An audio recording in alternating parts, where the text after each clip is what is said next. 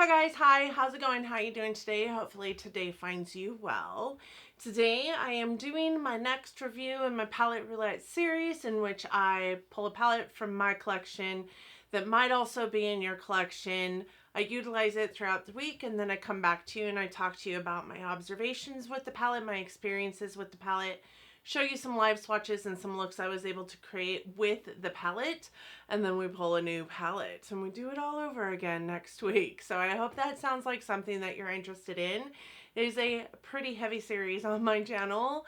It does consist of about 100 and I think this is 81 videos on my channel, but for those of you new here, my name is Donna. I'm a lover of all things high-end, colorful beauty and self-care. I also work in the beauty industry as a district leader for Ulta. Get a lot of education in my position. I like to bring you that education here on my platform, utilizing things like reviews or, just hauls, empties, all the regular beauty YouTube content that you're going to see on the platform. But I also just kind of like to talk about makeup. So that sounds like something you're interested in. I do hope that you keep on watching and that you find something you like on this channel. I do have about 850, almost 900 videos on my channel, so I'm positive you're going to find something that soothes your soul the way this channel soothes my soul, and that you'll want to stick around. With that said, let's roll into this palette review. We actually have a couple palettes to get through today. All right, guys, so my throat kind of hurts today. I'm not sure why my throat kind of hurts, but there's that. Today, we will be going over two palettes. We'll be going over the Fenty Kilowatt Foil Highlighter Palette, which is technically a highlighter palette, hence the name. And we'll also be going over the Huda Beauty Wild Obsessions Python Palette, which I was so excited to pick up back when I picked it up. But because we have two palettes, I usually like to kind of categorize them differently. The eye looks that you will see across the board will be probably a combination of the two palettes. So just know that going into it. I don't think that there's a whole lot of repetition between the two palettes and the shades. So I do think that you'll probably be able to see which is which as far as the eyeshadow looks go. But let's start with this palette. This is the Fenty Beauty Kilowatt Foil Freestyle Highlighting Palette. This retailed for $54 back in the day, and it has 0.7 ounces of product in it with 7 shades, so 0.1 ounce of product per shadow or per shade. This is what the packaging looks like. I love the packaging of it. It just looks like winter, forest, shrubbery, clouded in snow, and then little pops and hints of like red over here, which could be fire, could it be sunshine, who knows. I really love this palette, and the box on this palette was very similar. This was the Fenty Beauty Holiday and Ice like chill out collection in 2018, I believe it is. This is what the back of it looks like. Tells you what each one of the shade names is on it, and it also tells you the net weight of the product and the shelf life of the product, which shows it with. So it has a 9-month shelf life, and I think that is crazy to me because this has been in my collection way longer than 9 months. But I will say I didn't jump on this when it first launched because, again, it was $54 and the shades just didn't seem like they would wholeheartedly work on my skin tone. So I was like, I'm not buying that highlighter palette. But I love the Fenty Kilowatt duos, so I really wanted this palette. It went for sale, it went for sale, it went for sale, and then it was like 15 bucks and I picked it up. My suggestion would be never to pay more than that for a palette like this, just because it's boasted as a highlighting palette, but it also works well on eyes and cheeks in any way, any capacity. The freestyle portion of it is that you can use it any way that you want to, and I've got some thoughts on that. But it does have a really nice mirror. I love that it folds backwards on itself so that you can utilize it as a handheld mirror if you want to. It's not super uncomfortable to hold in your hands because of the shape of it, I think. It's got those flat edges and those corners that make it really easy just to like grip, if that makes any sense. If you don't cramp up when your hand is spread out so wide. It is a really good size mirror though. The shades in this are really rather beautiful too. I think that you guys can see that there's a lot of like differentiation in the pan, but there's also a lot of what appears to be redundancy in these pans. I don't think that there's a lot of redundancy, if I'm honest. There are 7 shades in here, and they are seemingly 3 different formulas. You're going to have really super chunky glitter ones, which I think is this one is the chunkiest of the glitter. And then you're going to have 3 like glittery ones, and then you're going to have 4 that are more smooth to the touch and a little bit smoother in application. So chunky, glittery, smooth are the 3 formulas that I can pick out of this. None of these truly resembled wholeheartedly the Kilowatt highlighter duos and the formula that's in those, in my humble opinion, except for maybe this one and this one, maybe. That's the highlighting formula that I know and love from Fenty, and none of them really resembled them. But I also think that none of them really resembled the Diamond Bomb one either, which warmed my heart because it's not my favorite by Fenty Beauty. This is a limited edition palette, and it is no longer for sale, of course, but these pigments are going to be best when you pick them up with your finger. They do work well with a brush as well, but they're very, very sheer and less impactful when you use a brush. A wet brush is going to give you a little bit more of that impactful, you know, dusting of color. And then, of course, your finger is going to be the best option. I saw a lot of creasing with these shadows, or with these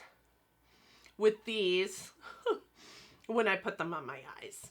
So this then brings up the question of, do I keep this palette? Because I took it out of my highlight palettes thinking that this would get so much more use as an eyeshadow, and then I used it as an eyeshadow and I saw a lot of creasing with it. So I think for small spits of time, it's going to be amazing for anybody who wants to use them. And I need to give it a little bit more of a go, because that creasing could have been because of my primer and not because of the shade or the formula itself. And I was away from home this week, so I wasn't able to like just pop in and out of my primers the way I typically do if I'm having problems with a formulation. I do think that I need a little bit more time with this palette to decide whether I want to keep it or not, because I need to be able to pop in and out of the different primers. It did work better without a primer, but it still wasn't 100% in my humble opinion without a primer. I think it would have been fantastic with a sticky base, which I didn't have with me when I went on vacation, which was stupid. I should have brought one, but I just didn't. These are going to fall out all over your face. With that said, they are built to be a highlighter, even though there's an eyeball picture on the back of the pan that tells, or the palette that tells you that these can be used on your eyes as well. These were built to be highlighters. I do have this one on my cheeks today as a blush, and I think that it is just a little bit too dirty to use as a blush on my skin tone, but I mean, I think that you can see that as I turn my face, there's just this block of like, it looks like I was punched. They did, however, like I used this one as a blush as well, and this one was a really beautiful, like almost Papa Don't Peach kind of blush. The wear time on my face was a lot longer than it was on my eyes. I want to say I got maybe 4 hours of solid use out of these as eyeshadows, and probably 7 as highlights on my face. So I definitely think it suits a purpose for a face, you know, a highlight on your face more than it does a highlight on your eyes. I just don't think it works super well as an eyeshadow. But again, I want to try it with some other primers in my collection, some drier primers in my collection. If I remember correctly, I utilized this primer all week, and if I remember correctly, I did not love this primer. At the end of the day, I bought it because I thought it was going to be like MAC Paint Pot-esque, but this caused a lot of problems with many different shades in my collection, so I'm going to try this with a different primer underneath it to see if I see the same amount of creasing as I have in the past. So just a disclaimer there, I'm not giving you my full 100% review of this palette right now, just based off of the last week. What I experienced with this palette, I would probably let it go. But I know that this primer is maybe not the best primer to partner with it, so I want to try it with other primers. I don't know how many times I can say that. It worked better on my face over the top of like foundation and, you know, all the other things that I'm putting on my face. I feel like it lasted a lot longer there. I am going to give you some swatches. Definitely need to. And I've kind of run out of things to say about this palette at the moment. I went completely out of whack from how I have them written down. But let's do this. This is Stone Cold. This is a pale, like mauvey, lavender, warm undertone, blue shiftiness, and that is beautiful, and it performed beautifully, and that's what it looked like on an eye look. And I would reach for this 100,000 times as, you know, an eyeshadow or a highlight. This does have a little bit of, it feels a little bit of oily, but I'm just not sure that that's exactly what's going on with it. And then I have this one here, which is called Chills, and it is, you can see, very white. It's a sheer white highlight with a little bit of blue shiftiness to it. It's so pretty, so smooth. Again, these are just one swipe. So pretty. The next one is this, and it is called Scandalize. And Scandalize is a lavender, and it's got a little bit of a blue shiftiness to it. Then we have Honeyslope, which is so pretty, and like I said, worked really well as a blush. It reminded me a lot on my cheeks as the Papa Don't Peach by Too Faced. Really pretty, beautiful blush, but also really pretty in an eye look. And this one was one of the ones that blended out super well. This one was one of those that I also felt like was maybe a little bit more reminiscent of the regular Kilowatt foil highlighter, you know, formulation. The other ones just seem a little bit too glittery. In my opinion, feel a little bit more oily. This one does feel a little bit more dry, but it goes on just silky.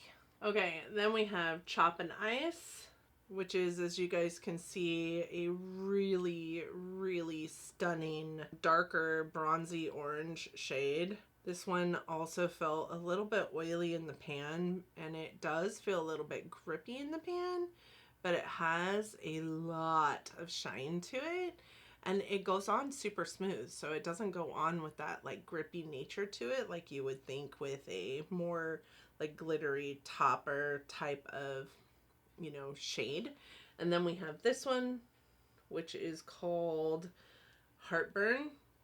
That is a really plummy brown. Oh my god, it was so pretty. This one also I feel like has the same like texture and consistency as the regular Kilowatt foil highlighters do. It made a beautiful eyeshadow, but this one I felt like just fell apart on my eyes so quick, and I don't have oily eyelids, so. And then this one here is called Subzero, and you can see just how beautiful that is. It's got like kind of a blackened base with a really intense blue shimmer. And while I think it was really pretty, I think this one was super hard to get this impactful on an eye look, which was super sad for me. I really wanted this blue in an eye look, and I did a really cute eye look on my niece who like picked out all the colors she wanted on her eyes, and this blue was what she wanted on all over her lid. And she's 5, and it just didn't show up super well, and it was super disappointing for me. I wanted to give her this brilliant, beautiful blue, like crazy pigmented eye look, and it just didn't turn out that way. So I don't have any star ratings for this palette because, you know, it was limited edition. I don't think that I could find anywhere that was selling it right now. I think it's like $78 on like Mercari or something like that. Do not pay $78 for this palette. I also think that there's just something about this that just isn't the best as far as formula goes. And I know that a lot of holiday collections are that way. Some of them are really, really great, but like this one, even as impactful as it is in a swatch, does not, it's super pretty in an eye look, but it doesn't appear this impactful in an eye look.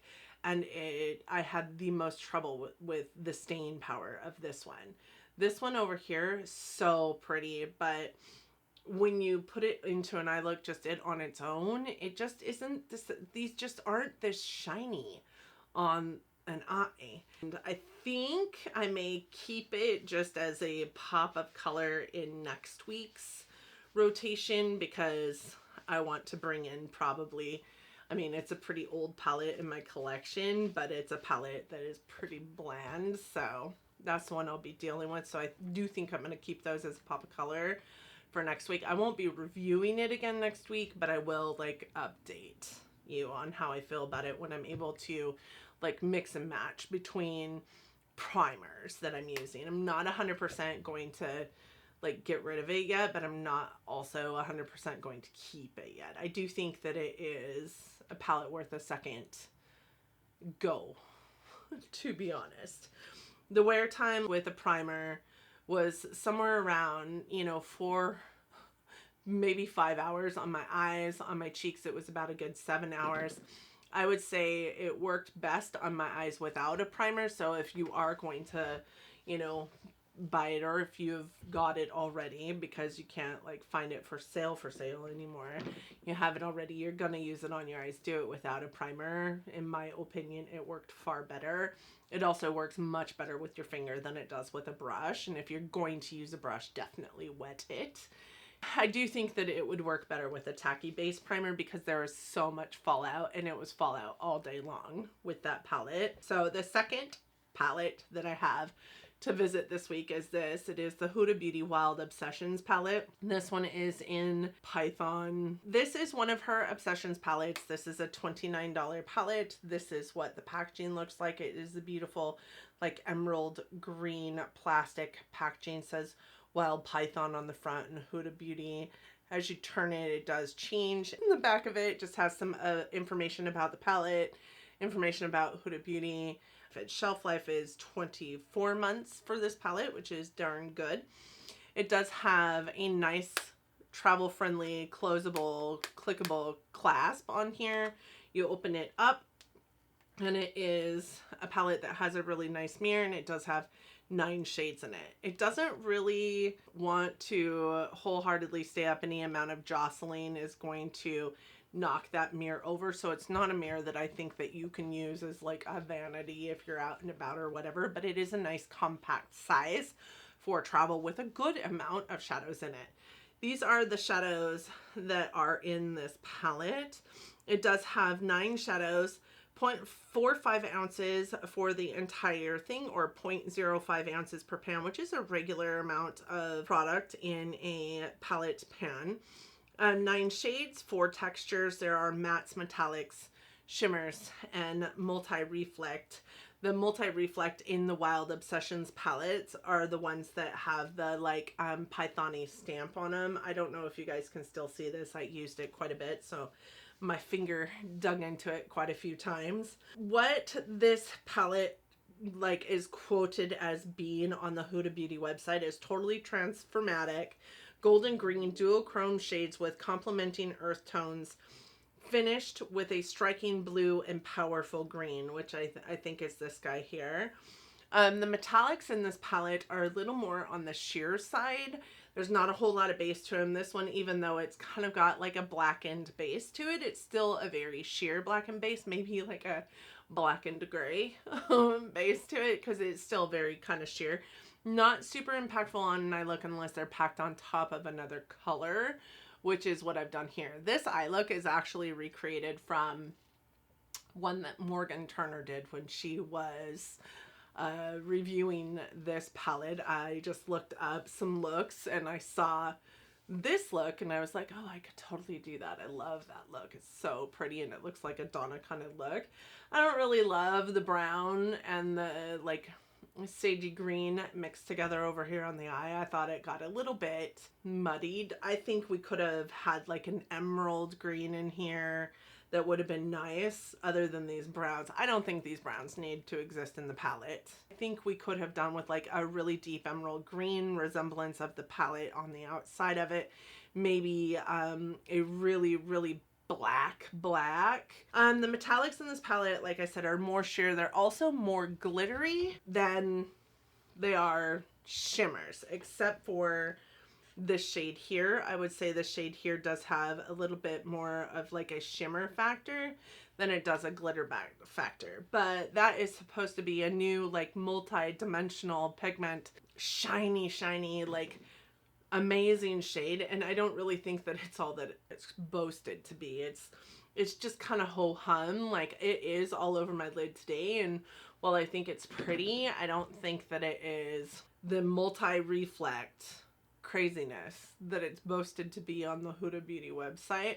The mattes in here are super pigmented, and until I tried to recreate this look, I really didn't see a whole lot of patchiness with them, and I see a whole lot of voiding with them. Recreating this look was like the death of me. It truly was.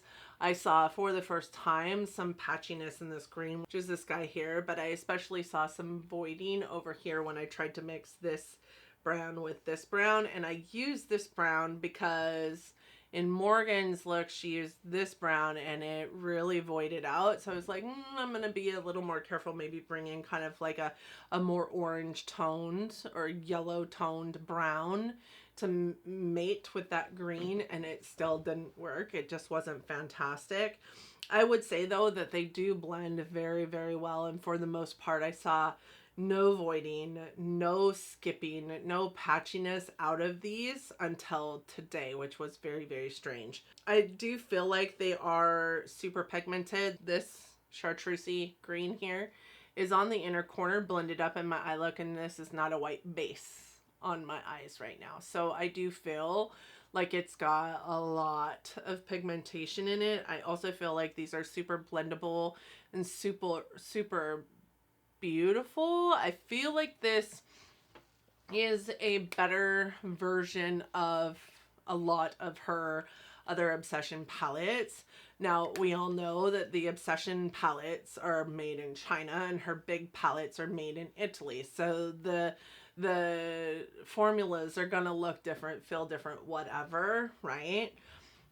The Obsession palettes are typically a crapshoot. Honestly, I love the Obsession palettes, but they're typically a crapshoot. This one I feel like is really good, you guys. I feel like I could potentially buy a couple more of these and be perfectly happy with them. One thing that I don't love about this, but this is the same across the board for Huda Beauty as far as I'm concerned, is these shimmers are not super impactful unless you're using a tacky base with them. So there was a couple eye looks that I had. Again, let's remind ourselves that I just told you that I was out of town all week and I didn't take a tacky base with me. These shimmers were shit all week long on any eye look I tried to pull together with these shimmers because they're so sheer. So you really need to have a tacky base in order to have these show up. I also feel like this combination of colors could be very muddy. Browns and greens don't necessarily, I mean, they do go together, but they're not necessarily the best complements to each other when you think color theory. Now, I do say that I think it needs an emerald green, but she has, you know, the Emerald Obsessions palette, maybe a navy blue to go with the blues in the palette, which I think was, you know, something Morgan had said. But she has the Sapphire palette, which has a really pretty blue in it. This is a really great palette to use in conjunction with other Obsession palettes, which I don't think is a bad thing. I mean, there's 9 shades in each one of these palettes, And most of them are pretty great palettes that you can use to create a total look from. And I feel the same way about this one. I just don't think the browns, I wish there was an emerald green in here. I wish there was a black in here. Every one of these Wild Obsessions palettes has a shade in it that's stamped with the python like skin, snake skin. And it's supposed to be that multi-reflect stamped or multi-reflect shade in the palette. So the special shade in the palette, like Pat McGrath special shades. One thing that I love about these Obsession palettes is the fact that they are so compact. There is 9 shades in them, and they do have a really great color story in many of them, in a way that you're able to create full-on looks with each one of them. Even though most of them are, you know, I do have some of the monochromatic ones like Ruby Obsessions, Sapphire Obsessions, a lot of Mauve Obsessions, whatever. A lot of them also have complementary tones to them so that you're able to create really great whole looks out of this one. I just don't think that those browns are super complimentary, if I'm honest. So that would be my only like complaint about this. But with that said, like, I also think that if you partner these 3 shades on this line together, you could have a really beautiful eye look. These 3 are really beautiful eye looks. So work in rows. Work in rows. Maybe that's how it was designed to be in the first place, but all right. All right, guys, I'm going to go pull the new palette. I have one in mind for this week. I will be right back. All right, so the palette that I'm going to bring in this week is a neutral palette. And it is one that I'm going to utilize because I just bought another one, another like quasi neutral palette you guys will see in the very, very future. And I want to use this before I break that one out to see how this one compares to that one. It's not a formula I love wholeheartedly, but it is a brand that I have a couple palettes from that I just can't part with. And I'm going to see how this one compares.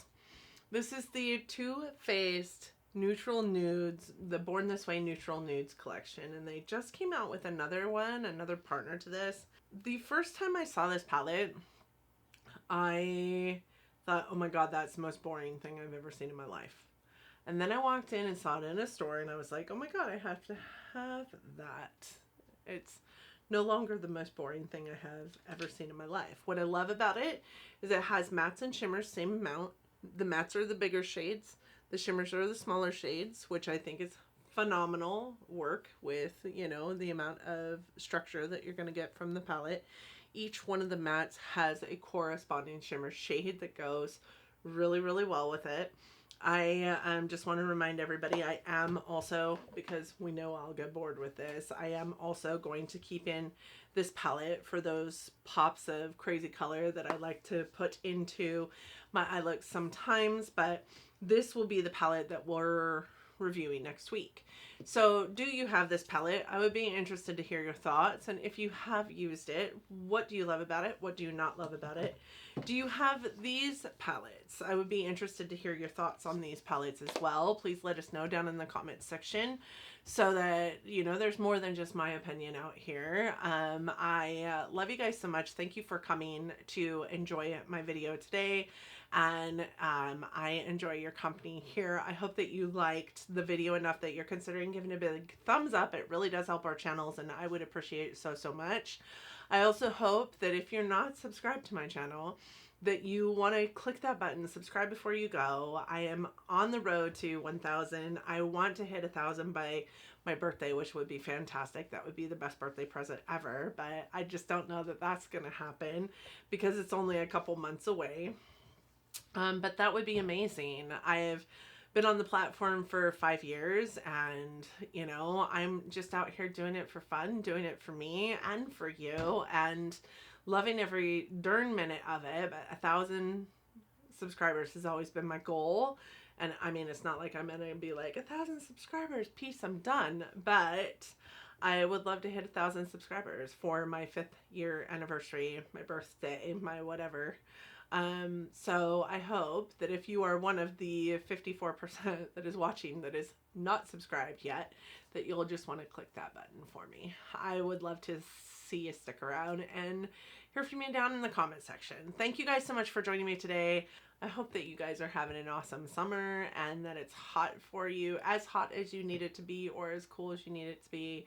And I hope that you all are staying safe out there, that you are healthy, that you are doing well in this crazy world we're living in currently. And I hope that you are loving each other, but loving each other from afar. Until next time, bye guys.